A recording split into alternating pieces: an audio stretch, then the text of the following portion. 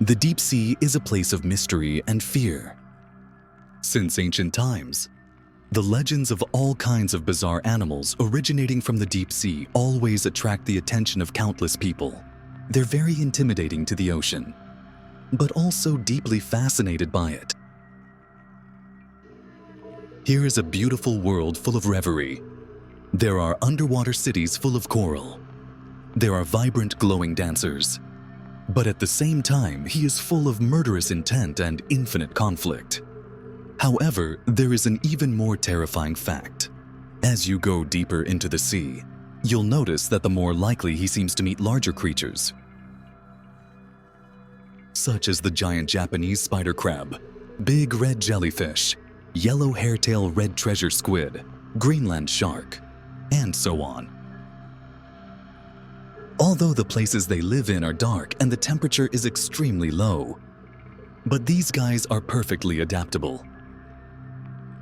They're not just ghosts in the dark, and they will evolve to be really weird and super huge. Like this guy. He's bigger than any of his terrestrial counterparts. And this one has no relatives who can compete with it because of the diving area. Why in such a bad environment? Will they become bigger than the dive area?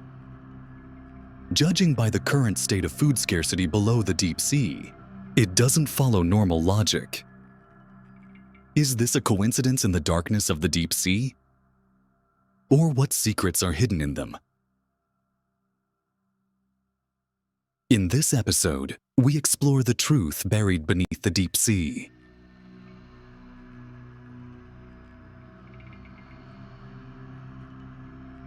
The ocean is one of the most important components of the Earth.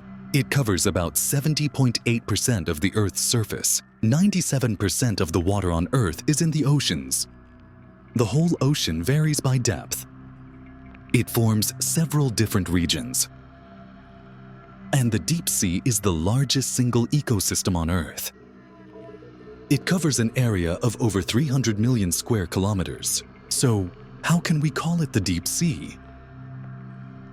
First of all, the first zone in the ocean is called the shallow zone. Because sunlight can penetrate, so it's called the light transmitting region.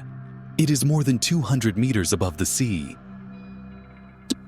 Because it's sunny, so a lot of marine life chooses to live in this area.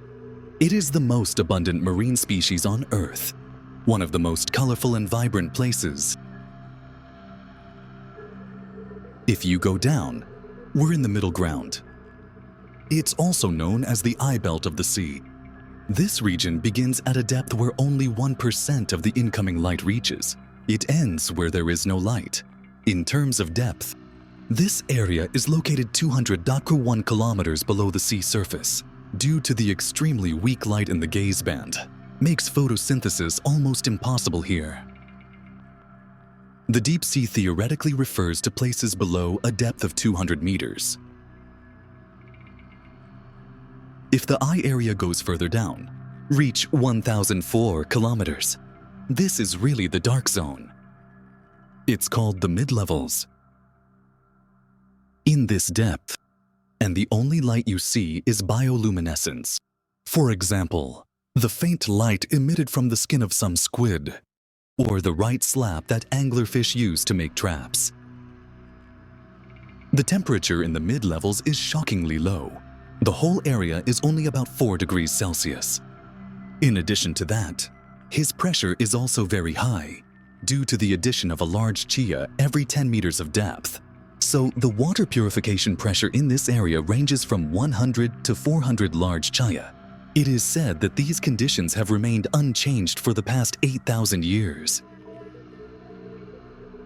Below the mid-levels is the abyss zone in the range of 4,006 kilometers.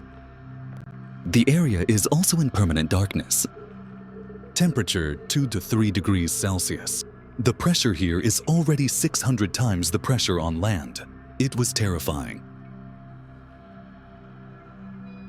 The last area of the ocean is a 6,000, 11,000 kilometer super abyss. Taking that is the real strongest deep sea. These places are usually on trenches formed by narrow terrain, like the world's deepest trench, the Mariana Trench. There's only a few countries that have the capacity to get there, and the total number of visits to these areas is also very small. Although the conditions in the abyss are extremely harsh, but there is still life. It was incredible. Usually below 400 meters in the ocean, food has become rather scarce.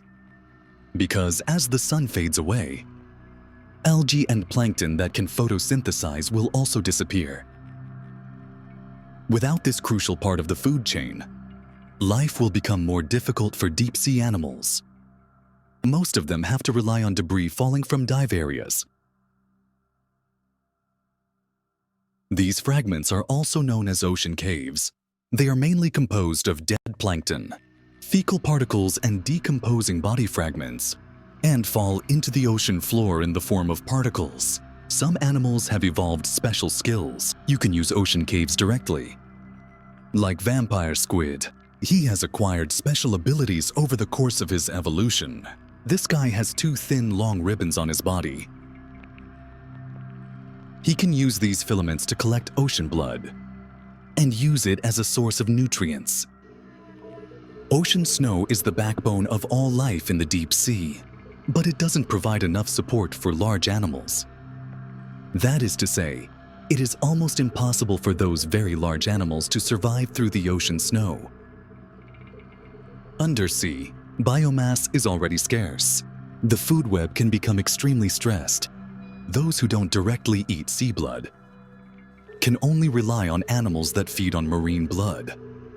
So the pressure of plunder and competition is very high. Whether it's a small fish, and crustaceans too, or the vast majority of cephalopods. Over their heads there are larger predators that sneak up on their bodies in the dark. For this reason, animals are trying to get rid of targets above their heads and find ways to go from prey to top predator. The giant squid is representative of the top predator of the deep sea.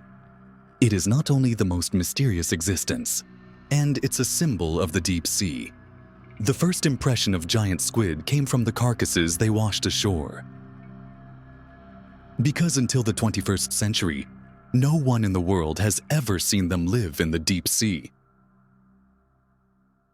In 2004, humans photographed a living giant squid in its natural habitat for the first time at a depth of about 1 kilometer.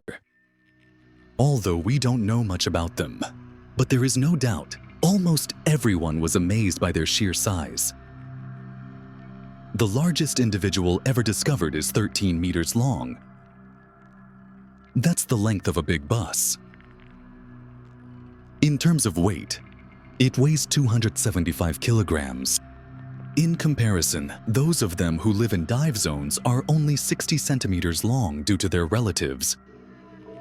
Compare the two. The disparity is simply indescribable. It is believed that due to their size, so they have very few predators. And these guys can easily eat deep sea fish or other types of squid.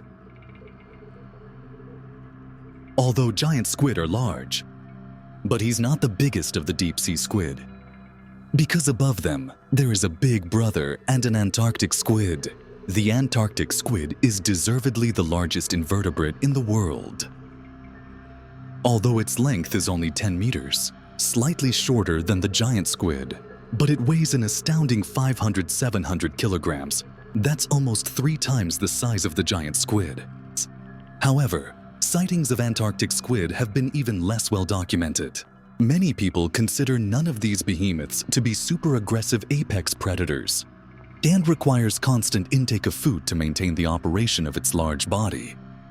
In ancient navigation, even more pace, these monsters overturn ships. The legend of tearing and devouring sailors, is that really the case? However, in reality, these rare creatures may shatter your understanding, because hidden in their bodies is another key to open the old evidence of the deep sea. They've taken Kleber's law to the extreme.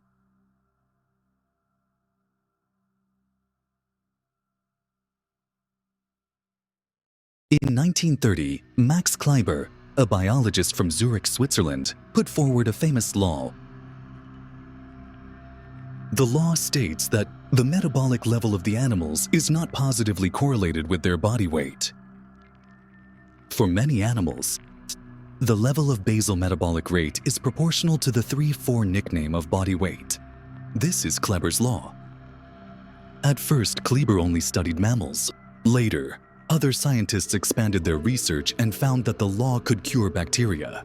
As big as a whale, it covers all kinds of creatures and is used uniformly. How do you understand this law? For example, a cat weighs 100 times as much as a mouse. But cats don't burn 100 times as many calories to stay alive as mice. And if calculated according to the law formula, the metabolic capacity of a cat should be 31 times greater than that of a mouse. That is to say, although metabolic mass increases with weight, the overall value increases, but the increase is actually decreasing. And basically, the bigger the animal, the bigger it is, the more efficient its energy is. So far, scientists have been unable to study it clearly. Why does all life on Earth obey this bizarre 3-4 meter rule? But for the giant squid, the answer to their enormity seems to have been found. Because this guy has taken Kleber's law to the extreme.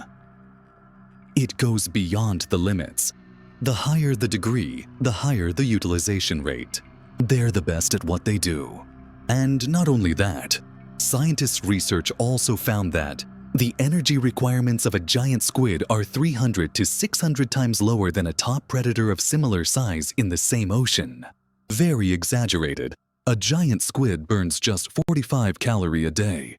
And to meet those caloric requirements, they only need to consume 0.03 kilograms of food. For example, if a 500-kilo pig thief eats a 5-kilo small fish in the deep sea, so this fish can meet his energy needs for 200 days. Why is energy consumption so much lower? In fact, it is mainly related to their pace of life. Compared to large animals on the surface, the giant squid in the dark has a much slower pace of life. They sit still in the dark, wait for the prey to approach. Then the tentacles hook the prey into the mouth. So what they really look like in the ocean is not as agile as the legends. Be proactive and invincible. On the contrary, they are more like wait-and-see people in the deep sea. Due to the darkness beneath the deep sea, so it's almost impossible to hunt by sight. But giant squid evolved a pair of super huge eyes. Its eye width has reached an astonishing 30 centimeters, the largest eyes of any animal on Earth. Since it is not conducive to hunting, so what's the use of evolving such big eyes? It turns out that this is a very specific tool for finding and avoiding predators. As a big brother in the deep sea, in fact, there are not many guys that can prey on them. So far, the only natural enemy that has been discovered seems to be fragrance. I can't help it. Who said that the fragrance is a mammal? And this guy is naturally talented at deep sea diving. The most important thing is that they only consume the giant squid. The giant squid thought to himself, if you lower your metabolic level a little bit, evolve the size a little bit bigger, maybe there is a chance to compete with the flavor. Although Kleber's law explains to some extent why deep-sea squid are so huge, but he couldn't account for those who live under the sea. Why did animals anchored to the seabed become so huge? Because they don't have a digestive system, and these guys use extremely little energy to exercise. Deep-sea sponges are a living example of this type of animal. They can grow up to 3.5 meters long, more than 2 meters high. In 2015, At a depth of 2,134 meters in the waters off the island of Hawaii, they found a giant sponge. He was like a minivan. It is believed to be the largest known sponge in the world. Deep water sponges are like many other deep-sea animals, mainly relies on marine blood to maintain life. As for why they are so huge, scientists believe that in addition to metabolic demands and predator stress, there's another reason that forces animals to keep getting bigger. That's deep, icy water.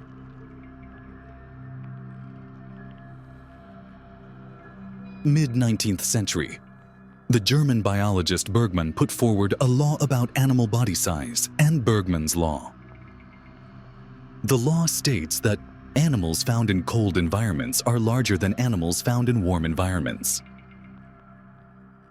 However, historical experience holds that this rule seems to apply only to warm-blooded animals, birds and mammals, for example, about whether it's suitable for animals that change temperature. For example, in the deep sea, due to giant crabs and super large animals, etc. And this has been a big debate in the scientific community. But in reality, it seems more obvious that temperature-shifting animals that live in cold regions, they're actually bigger than people in warmer regions.